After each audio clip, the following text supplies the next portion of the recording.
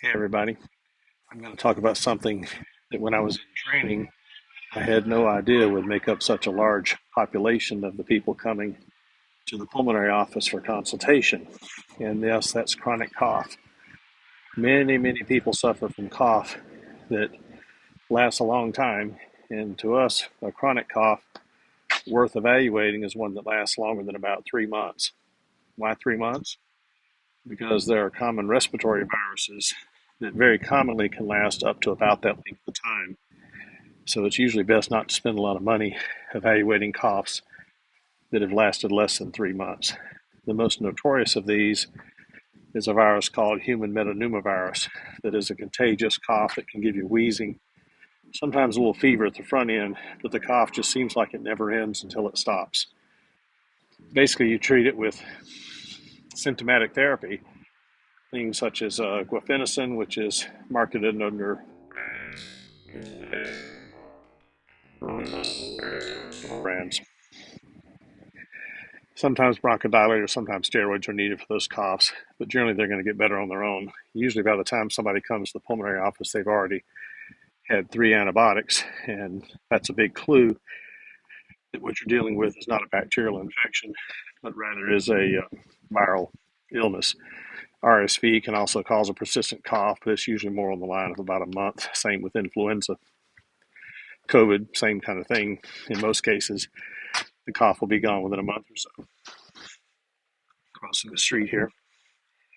So what about the coughs that last longer than 3 months? Well, it turns out that half of the coughs that last longer than 3 months are a result of gastroesophageal reflux, where stomach acid goes up the esophagus, and at least a little bit of it gets in the area of the vocal cords or sometimes down into the lungs or airways themselves. Very common cause of cough. It's probably about half the cases of chronic cough are caused by acid reflux. Testing for acid reflux is kind of obnoxious because you have to have a catheter placed down your esophagus that stays at least for 24 hours to measure the acidity of the secretions. And unless you're planning to have a surgery for acid reflux and absolutely have to have proof, it's usually a lot easier just to use an effective medicine for a few weeks and see if you improve, and then make sure you relapse when the medication is withheld, because that's pretty good evidence that reflux was indeed at least a contributor to the cough. It's not always the whole thing, it's not always just one cause, but reflux makes up at least half the chronic cough patients that we see. So when you come to us for chronic cough, we can basically tell everybody they had reflux, and we'd be right more times than we're wrong, probably.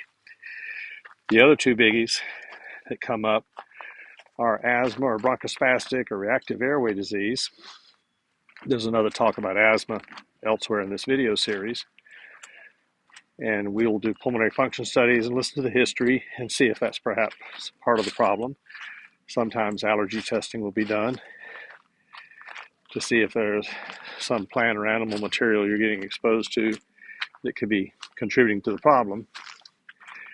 Third common cause would be postnasal drainage from allergic rhinitis or chronic sinusitis. These cases, again, can be based on the history from the patient, but you can also sometimes do a CAT scan of the sinus to look for chronic sinus infection at least. And there are various medications that can be used to try to improve this. After you go through those top three, you get into more rare causes of chronic cough, which can include everything from lung cancer to interstitial lung diseases, or even chronic infections such as tuberculosis and cousins of tuberculosis. Those certainly are in the realm of what generally will require a pulmonology review and sometimes CT scanning of the chest, even to bronchoscopy. Occasionally, we'll even run across a foreign body in the airway, such as a piece of old food or other material that somehow wound up in the lungs. I pulled a chicken bone out of somebody one time, and they had no memory of when it occurred, and I'm trying to think that must have been some party for that to occur. So in any case, coughs that have lasted less than 3 months, you're probably better off just treating those symptomatically unless you have warning signs of more serious illness, such as shortness of breath and fever, evidence of sepsis, that kind of thing. Once you get to the 3-month point, we'll take a careful history of your symptoms, and we may consider a trial of a strong antacid medication such as omeprazole or sometimes famotidine. Beyond that, you'll get pulmonary function studies and sometimes imaging studies of the chest or sinuses. So until next time, that's it for the medical facts for this week. And go ahead and please share this video to people that you know that get chronic cough or that have acid reflux. And subscribe to the channel if you want to see more content. And give the video a like, which will help the YouTube algorithm send this to more people's feeds. Until next time, see you later.